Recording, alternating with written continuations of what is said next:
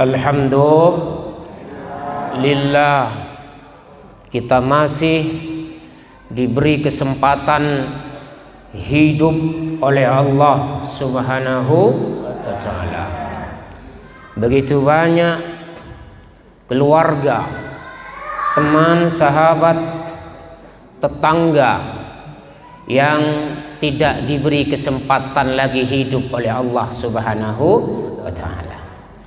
Maka mari kita pergunakan nikmat kesempatan hidup ini, kita pergunakan agar kita menjadi orang yang lebih baik apa lebih kaya?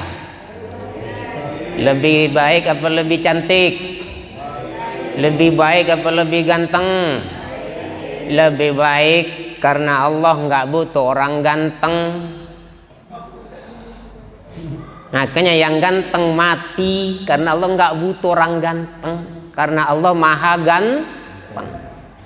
Allah nggak butuh ibu-ibu cantik, karena Allah maha cantik. Allah nggak butuh orang kaya, nggak usah sombong orang kaya. Banyak orang kaya yang mati. Setuju? Yang kaya saja mati, apalagi yang saya nggak ngomong lah. Mari kita belajar mempergunakan kesempatan hidup ini untuk menjadi orang yang lebih baik. Amin Allahumma amin. Yang kedua, alhamdulillah lagi kita masih diberi nikmat sehat oleh Allah. Semoga kita selalu sehat. Sehat dan sehat dunia akhirat. Alhamdulillah saya masih bisa ceramah walaupun suaranya agak tak ngerti suaranya. Saya kalau siang demam, malam sembuh. Nanti pulang dari sini demam lagi. Udah 3 hari ini, tiap malam ceramah terus. Kayaknya setiap masjid saya minta air hangat, di sini kayaknya nggak ada, nggak enak mintanya saya. Yang ketiga, alhamdulillah sedikit banyak kita masih diberi nikmat harta oleh Allah Subhanahu wa Ta'ala. Punya duit enggak? Punya duit enggak? Punya dosa enggak? Banyak duitnya apa dosanya? Innalil astaghfirullahaladzim. Yang kedua, kita belajar berterima kasih kepada Nabi Muhammad sallallahu alaihi wasallam yang telah berjasa kepada kita. Berkah Nabi Muhammad, berkah perjuangan pengorbanan Nabi Muhammad, kita lahir dalam keadaan Islam. Coba tuh bayangin, Abu Bakar, Umar, Utsman, Ali, sahabat Nabi paling mulia, lahir dalam keadaan, ayo ngomong, kafir. Kafir, lahir kafir tapi masuk Islam. Dan Islamnya naik, meningkat sampai mereka meninggal dunia. Enggak kayak kita Islamnya dari lahir sampai melahirkan gitu-gitu aja Islamnya, itu imannya. Inilah kita. Maka di malam peringatan nuzulul Quran ini kita jadikan momen untuk meningkatkan iman dan keislaman kita kepada Allah Subhanahu wa Ta'ala. Siap? Siap? Nah, iman dan Islam ini hanya bisa kuat hidup segar, bugar, kuat, naik, meningkat hanya dengan Al-Qur'an. Kita baca selawat dulu kepada Nabi Muhammad. Allahumma shalli ala Muhammad. Nah, bicara nuzulul Quran, pertama saya ingin menjelaskan tentang etimologi bahasa. Karena kita ini kadang-kadang sok-sok berbahasa Arab tapi tak paham. Contoh, almarhum. Semua? Yang keras dikit lah. 1, 2, 3. Apa artinya almarhum? Apa artinya almarhum? Orang yang mening. Sejak kapan kamus berubah? Nah itu. Mana Ustadznya? Ini Pak, itu Pak. Sejak kapan? Kalau ini masalahnya kita bodoh dirawat. Makanya belajar itu ke etimologi. Lugotan kata orang pondok pesantren itu. Jadi almarhum ini diambil dari kalimat rohimah. Bareng rohimah. Rahmat. Nah, bismillahirrahmanirrahim. Sama hurufnya itu. Ar-Rahman, Allah Maha Pengasih. Ar-Rahim, Allah Maha Penyayang. Almarhum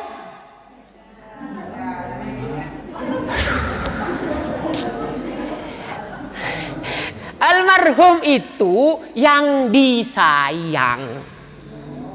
Wow, ngaji tiap minggu. Makanya jangan terlalu banyak sholatnya. Banyak kultumnya. Apa almarhum artinya? Emang yang meninggal lagi? Yang benar yang mana? Ya disayang tadi. Ini sayang. Tanya sama Ustaz yang ceramah di sini. Siapa Ustaz di sini? Ada Ustaz Ruspi itu ya tanya-tanyanya. Almarhum itu apa artinya Pak Ustaz gitu? Dalam kamus bahasa Arab, jangan dicari kamus Lampung. Meninggal semua. Telah meninggalkan dunia almarhum. Almarhum itu yang disayang. Ar-Rahman Maha Pengasih. Ar-Rahim Maha Penyayang. Enggak lari hurufnya. Rohamim. Almarhum isim objek, subjek, maf'ul. Rohimun wa dzaka marhu. Pinter ya. Pinter marhumun ya dia. Apa almarhum artinya? Yang disayang. Kalian kita disayang Allah enggak? Mau disayang Allah enggak? Dapat rahmat dari Allah enggak? Yang ngasih rahmat namanya Ar-Rahim, yang dikasih rahmat disebut Dia bukan orang mati, almarhum. Nunggu mati baru almarhum. Mana kalian orang ini? Jadi almarhum ini, almarhum apa? Apa almarhum artinya? Orang yang disayang. Kalau yang Maha Penyayang bahasa Arabnya Ar-Rahim. Yang disayang almarhum, bukan orang mati. Ya. Setuju? Enggak setuju enggak apa-apa, tapi inilah ilmunya gitu. Lanjut. Nuzul ya. Enggak mau dia. Cari tanya Ustadz undang terus. Iya. Dari Mesir pun tetap almarhum yang disayang. Kalau nggak percaya, coret Qur'annya nanti. Gimana ngajinya? Ya. Baik. Nuzul. Nah, ada dua istilah. Ada nuzulul Qur'an, ada tanzilul Qur'an. Ya, Pak ya? Kalau Yasin wal Qur'anil Hakim, bukan nuzul, tapi pintar, tapi nggak paham karena sok ngarap ya. Artinya kalau ngaji dari tiap pagi itu nanya, Rohim itu apa, Rahman itu apa, marhum itu apa. Jangan nunggu mati baru almarhum. Nah, nuzul turun kontan, itu namanya nuzul. Nuzulul mator, turun hujan. Langsung apa lewat sana dulu? Hujan turun langsung dari atas ke bawah. Itu namanya nuzul. Kalau bayar kontan. Nuzulul Quran, Quran turun langsung dari aras. Nah, gitu. Ke mana? Ke langit dunia, langit pertama. Di langit pertama ini ada perpustakaan. Lurus perpustakaan sana, kantor ada perpustakaan di depan itu ya. Nah, ada perpustakaannya. Di atas langit dunia ini ada perpustakaan namanya Baitul Izzah. Apa namanya? Baik. Nah, Quran turun langsung kontan sekaligus dari arsy Allah, dari Lauh Mahfuz ke pustakaan namanya Baitul Izzah, sekaligus dari Bismillahirrahmanirrahim sampai Qul a'udzu birabbin nas. Paham? Itu namanya nuzul. Apa? Nuzulul Quran. Turunnya Quran kontan sekaligus. Nah, yang kedua tanzil. Tanzilul Quran. Bareng. Kalau tanzil itu kalau orang beli mobil dit gitu. Apa namanya? Bentar. Dicicil ya, dikredit.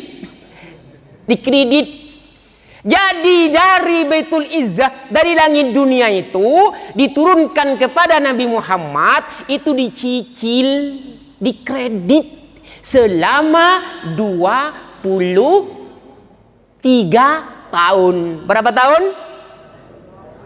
Ulang lagi, berapa tahun? 23 tahun Quran dicicil oleh Allah. Kenapa dicicil? Supaya kita mantap mendengarkan kitab suci Al-Quran. Jangan sekali baca hatam nggak baca lagi. Mendingan dikredit sampai hatam gitu. Liyusabbita bihi fuadak, agar Quran masuk ke otak, nyangkut di hati. Nah, makanya dibuat tanzil, Quran diturunkan, dicicil, diangsur selama berapa tahun? 23 tahun. Baik, itu poin yang pertama tentang nuzulul Quran dan tanzilul Quran. Poin yang kedua, saya singkat padat saja. Udah berapa menit sudah? Semakin cepat semakin nyaman saya. Yang penting amplopnya nggak ada kurang. Ya, yang kedua, waktu turunnya Quran jelas pada malam Lailatul Qadar. Kapan malam Lailatul Qadar? Bisa jadi tanggal 1, 2, 3, 4, 5, 6, 7, 8 sampai 30 sampai 29. Tetapi besar harapan, kata Sayyidina Utsman, tanggal 17 Ramadan. Kata ulama-ulama yang lain tanggal 21, 23, 25, 27, 29. Kalau nggak ada 29 berarti nggak ada lagi ya. Nanti bulan Ramadan lagi nantinya. Ya, itu waktu turunnya Al-Quran. Baik, poin yang ketiga. Saya kasih info. Quran ini ya, kitab maha suci, bukan kitab suci saja. Quran adalah kitab maha suci. Kan ada mahasiswa gitu kan. Jadi murid kelas tingkat tinggi. Kenapa saya katakan kitab maha suci? Karena Quran adalah intisari semua kitab suci di dunia ini. Nah, coba saya tes dulu. Ada berapa kitab suci di dunia ini? Berapa? 4. Itu yang Bapak Ibu tahu. Masa cuma 4? Coba kalau Ustaz jadi imam nih. Inna hadza bareng. Inna hadza lafis suhufil ula, sufi Ibrahim wa Musa. Saya tanya, berapa banyaknya kitab suci di dunia ini? Masih 4. Saya tadi baca sufi Ibrahim wa Musa. Ya. Dengerin ya, catat. Kayaknya belum tahu nih. Kitab suci di dunia ini dari Nabi Adam sampai Nabi Muhammad Dari Nabi Adam sampai Nabi Muhammad ada 104 kitab suci. Ada berapa? Ya, saya ulangi lagi takut lupa. Ada berapa kitab suci dari Nabi Adam sampai Nabi Muhammad? Baik, kita rinci. Takut nggak percaya pada siapa saja kitab suci itu. Pertama, 50. Catat ya. 50 kitab Allah turunkan kepada Nabi Syes. Nabi Syes. Syes. S-Y. Syes. Nabi siapa? Syes. Sa yang mati sa. Syes. Nabi siapa? Ada berapa kitab? 50. Siapa Nabi Syes? Nabi Syes adalah anak Nabi Adam yang soleh. Ada kan Nabi Adam punya anak Qabil Habil, berantem kan, rebutan cewek kan. Nih, kalau ada sekarang banyak orang rebutan cewek itu kayak Qabil dan Habil ya. Punya anak punya anak lagi Nabi Adam namanya Syes, jadi nabi, mendapat kepercayaan kitab. Berapa banyak kitabnya? 50 Nabi Syes. Kemudian 30 milik Nabi Idris. Berapa Nabi Idris? 30 kitab. Berapa sudah? Belum 100. Udah, minum dulu lah. Gak nyampe 100. Baik. Tadi dibaca Suhufi Ibrahim wa Musa. 10 kitab diturunkan kepada Nabi Ibrahim. Nabi Ibrahim punya berapa kitab? 10. Berapa sudah? 9 ya. 90. Nabi Musa 10 kitab. Berapa sudah? Kurang berapa? Taurat, Zabur, Injil. Apa lah kalau yang 4 itu. Kalau nggak hafal yang 4 itu udah parah lah. Baca syahadat lagi nanti. Ya. Jadi ada berapa semua kitab dari Nabi Adam sampai Nabi Muhammad? 104. Oke. Setuju? Baik. Masuk poin yang keempat. Kita bareng sekarang. Bareng kita ngomong sama saya bareng. Quran kitab maha suci. Ayo. Pak minum dulu lah biar kompak nih. Biar kompak nih. Bismillah, alhamdulillah. Ini minum ya. Biar ingat, biar nyangkut. Ngaji nggak usah banyak-banyak. Sama orang undangan pulang bawa besek. Orang ngaji. Yang penting ingat. Ulang lagi. Quran kitab maha suci. Turun dari Allah Maha Suci. Ingat, nanti yang paling hafal saya kasih hadiah. Dibawa malaikat yang suci. Masuk ke dalam hati yang suci. Kalau enggak suci hatinya enggak masuk Quran. Keluar dari mulut yang suci. Jangan dibalik. Ulang lagi. Quran kitab maha suci. Turun dari Allah Maha Suci. Dibawa malaikat Jibril yang suci. Masuk ke dalam hati Nabi yang suci. Keluar dari lisan yang suci. Itulah kitab suci Al-Quran, kitab andalan kita. Alhamdulillah. Apa saja ada di Quran kita ini? Apa saja ada di Quran? Yang ada di kitab Taurat ada di Quran, yang ada di Injil ada di Quran, yang ada di kitab Zabur ada di Quran. Semuanya ada di Quran. Apa saja ada di Quran? Ada. Saya kasih contoh. Para penemu dalam Quran. Bapak, Ibu tahu nggak siapa yang buat kapal laut pertama yang buat kapal laut? Wah, Nabi Nuh. Apa gelarnya Nabi Nuh? Gelarnya Nabi Nuh SSS apa? Nggak ada. Nabi Nuh nggak sekolah. Nabi Nuh nggak sekolah. Nabi Nuh rajin di masjid ke masjid, masjid ke masjid.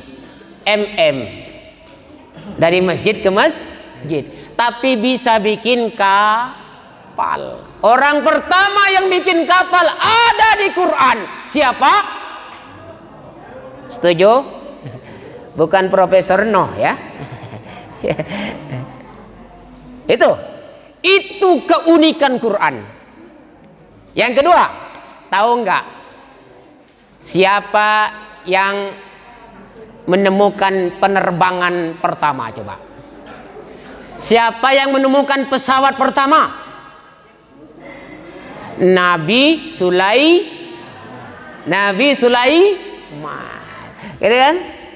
Nabi Sulaiman naik apa? Naik angin. Naik angin kemana saja naik angin. Terbang Nabi Sulaiman. Siapa orang pertama yang terbang? Nabi Sulaiman. Sekolahnya di mana Nabi Sulaiman? Gak ada. Di masjid. Sekolahnya di mana? Masjid. Baca kitab Zabur, baca kitab Taurat, tapi bisa terbang. Orang sekarang ngikut Nabi Sulaiman. Apa lagi? Banyak penemu-penemu. Siapa yang membuat penemu pertama anti peluru? Nabi Daud. Hebat Quran itu. Banyak penemu di dalam kitab suci Al-Quran. Semua ilmu dari dulu sampai hari kiamat ada di Quran. Tidak ada di kitab yang lain. Itu poin yang keempat. Lanjut poin yang kelima. Saya ulangi lagi poin yang keempat. Quran kitab maha suci. Bareng. Quran kitab maha suci. Turun dari Allah yang maha, dibawa malaikat Jibril yang suci, masuk ke dalam hati yang suci. Semuanya suci. Kalau mau hafal Quran harus hatinya. Kalau hatinya nggak suci, Quran nggak masuk. Kalau nggak hafal Quran berarti hatinya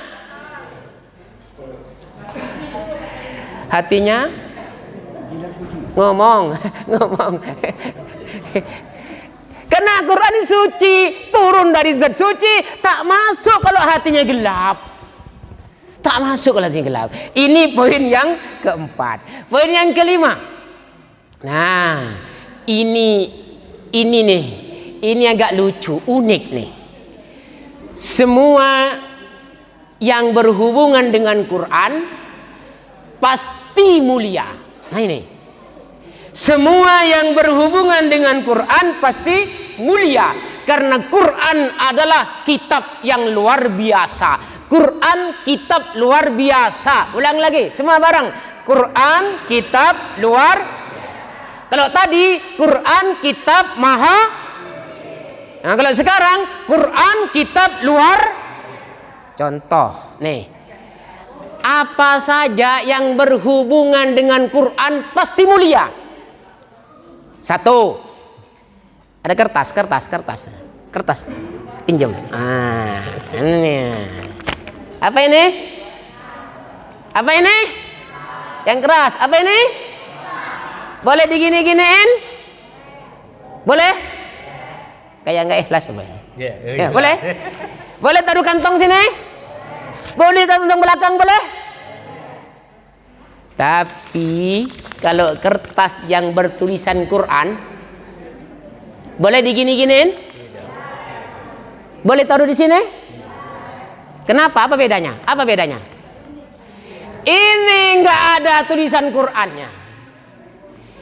Ini kertas biasa. Kertas biasa menjadi kertas luar biasa jika bersama Al-Quran. Setuju? Setuju? Nah, yang kedua, kalau di Quran tuh ada pita-pita itu ya, betul? Ada pita kecil, panjangnya berapa meter? 2 jengkal ya? Ya? Ya. Berani gunting pita di Quran? Tak berani. Tapi kalau gunting pita di pesta berani? Berani? Pita, benang pita yang ada di pesta kalah mulia dengan pita yang kecil yang ada di dalam kitab suci Al-Quran. Apa saja yang bersama Al-Quran pasti mulia. Setuju? Setuju? Contoh yang ketiga. Tahu tempat Quran? Dari apa itu? Kayu. Kayu dibuat oleh tempat Quran kan? Mana ada? Mana? Ada ya? Ya. Kayu nggak ada artinya. Bisa kita injak. Tetapi kayu yang dibuat khusus tempat Quran mulia. Kenapa kayu bisa mulia? Karena bersama yang keras. Karena bersama. Nah, ini karena Quran luar biasa. Ayo ikut. Quran luar biasa, ikut. Ayo, ini kitab suci kita. Ayo ngomong yang keras. Quran luar biasa. Yang kotor jadi suci. Yang bodoh jadi alim. Yang gelap jadi terang. Yang hina jadi mulia. Yang mulia tambah mulia. Jika bersama. Lagi jika bersama. Yang kotor jadi suci. Yang bodoh jadi alim. Yang gelap jadi, yang hina jadi, yang mulia jadi, tambah mulia jika bersama. Orang kertas saja mulia, kayu saja mulia, apalagi manusia bersama Quran. Semakin jauh dari Quran, semakin hina hidup kita di dunia dan di akhirat. Setuju? Mau mulia dunia akhirat bersama, mau selamat dunia akhirat bersama. Setuju? Ini poin yang terakhir. Nah, ini sudah udah 30 menit dah. Kurang dikit ya. Saya ingin menyampaikan pertama ayat yang turun. Ya, kita tahu semua pasti ya. Ayat apa namanya? Iqra. Ayat apa? Ayatnya Iqra. Suratnya Al-Alaq. Iqra bismi rabbikal ladzi khalaq. Udah tahu semua ya? Baik. Saya ingin cerita waktu Nabi Muhammad di Gua Hira selama 40 hari. Selama 40 hari bertapa di Gua Hira sendirian. Merenung Nabi Muhammad. Waktu subuh jam 3 malaikat Jibril datang menemui Nabi Muhammad sallallahu alaihi wasallam. Nabi gemeter. Apa kata malaikat Jibril? Iqra. Bareng. Lagi. Berapa kali? 3 kali. Kenapa 3 kali? Perhatikan sejarah ini. Muhammad, Iqra Muhammad, baca Muhammad. Apa kata Nabi Muhammad? Ma'ana biqari. Aku tidak bisa baca. Di ini malaikat Jibril, digini nih. Digini ini.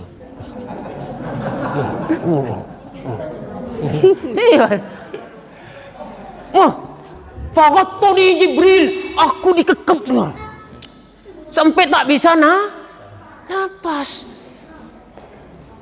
Ikra Muhammad, makanya baca. Apa kata Nabi Muhammad? Yang kedua, ma'ana biqari'in. Aku tidak bisa. Berapa kali diperintah? 2 kali. Apa jawab Nabi? Aku tidak bisa baca. Ini jujur, biasa kalau orang awam, orang bodoh belum kenal, nggak mau diajak. Belum tahu gitu. Kayak kita ngaji taklim ini, taklim. Makanya tarawih taklim, lebih besar taklim pahalanya. Kalau solat diterima kalau khusyuk, betul? Betul nggak? Nggak khusyuk, nggak diterima. Nggak khusyuk, nggak diterima. Kalau ngaji, nggak perlu khusyuk. Iya, santai aja ya. Serius? Dapat pahala? Dapat. Itu. Maka ketika Quran turun, tidak ada wajib sholat. Nabi umur 40 tahun, pertama wahyu Iqra turun, nggak ada sholat 5 waktu. Betul nggak? Sholat 5 waktu wajib waktu malam Isra Mi'raj. Kapan malam Isra Mi'raj itu? Tahun ke-12 kenabian. 12 tahun menjadi nabi, tidak ada perintah sholat 5 waktu. Setuju nggak? Setuju nggak? Berarti 12 tahun ngapain? 12 tahun ngapain? Ngaji. Ngomong semua. Ngaji. Berapa tahun? Setuju nggak? Setuju nggak? Iya. Ini filsafat ini. Kalian beda. Solat. Nggak ngaji.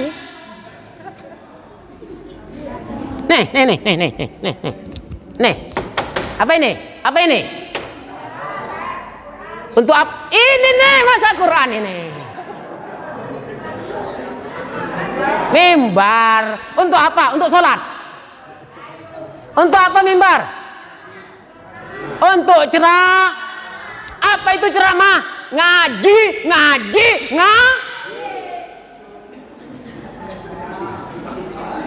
Ayo, mana ya?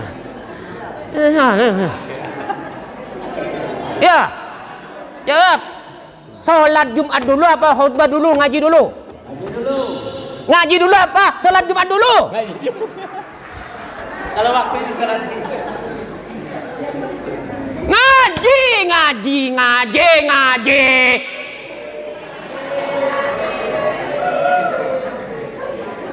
Ini ya tahu. Kenapa ceramahnya sebelum tarawih? Kalau tarawih duluan Ustaz, pulang semua katanya.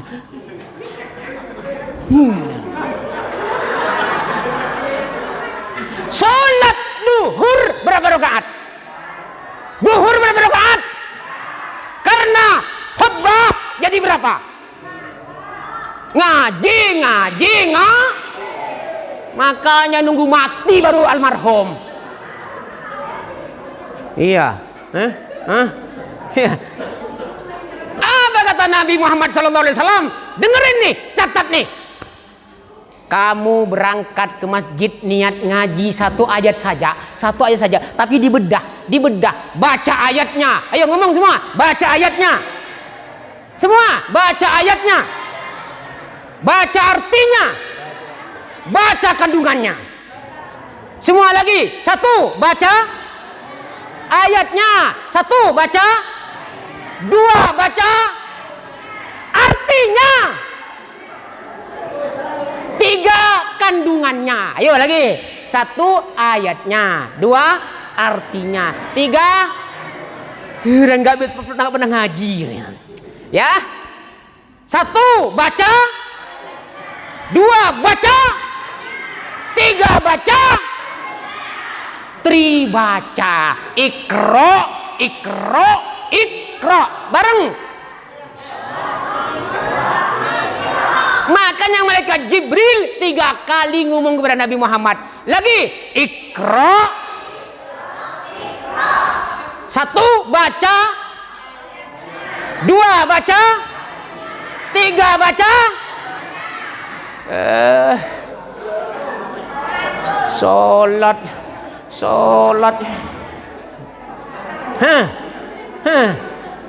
Kalian sholat jidat sampai hitam, kalau nggak khusyuk nggak diterima oleh Allah Subhanahu Wa Taala. Maka kata Nabi, kamu berangkat ke Masjid Nurul Iman, ngaji 1 ayat, ayatnya, artinya, kandungannya lebih bagus daripada sholat 100 rakaat. Berapa ayat? Berapa ayat? Ngaji 1 ayat lebih bagus daripada sholat sunnah 100. Apalagi cuman 20.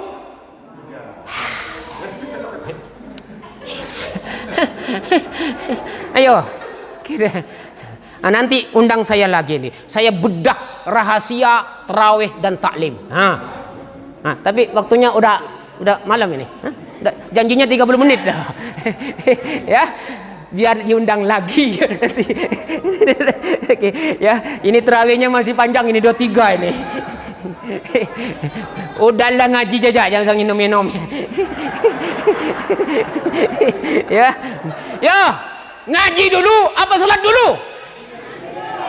Contoh lagi. Ngaji wajib dari lahir sampai liang kubur. Kalau sholat dari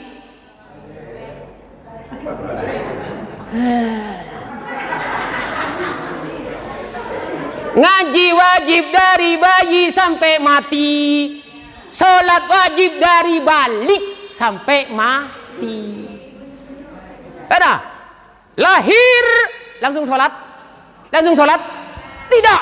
Tapi azan di telinga kanan, komat telinga, ngaji.